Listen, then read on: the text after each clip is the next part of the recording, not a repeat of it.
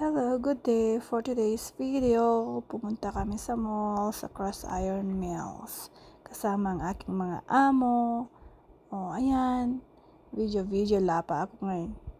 Bakit pa? Video din ang yaya, no?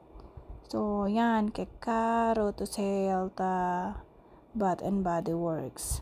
Sale ta may sale ikandila na sabon.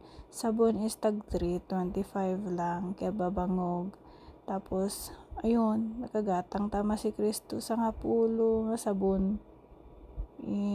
Mag-stock kaya kasi bihira mag-sale yan. Minsan pag nagsisale, mga 3.95 ganun, pero at least ngayon mas mura, 3.25 lang. O sayang din yung difference, no? So, yun. Ako nag-ekot-ekot. Tumingin ng mga, ano man yatong lotion, lotion, pero kung ngingin nagapap, maski yawera body mist, keng ngingin na $17.95 ka na mabataday, maski awang. Kaya yatong, sobrang ginana.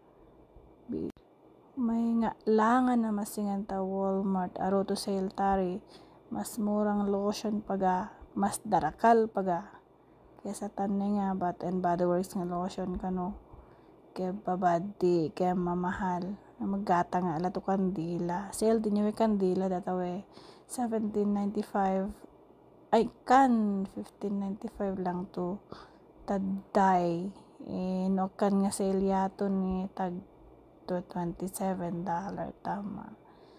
So, ayun, naggata nga gabato taday ngay. Yun. Yari bala $15.95 kayo. So, yari lamang. Lube kami nga na. Bye-bye. Kakain ng aking mga amo. Bye-bye.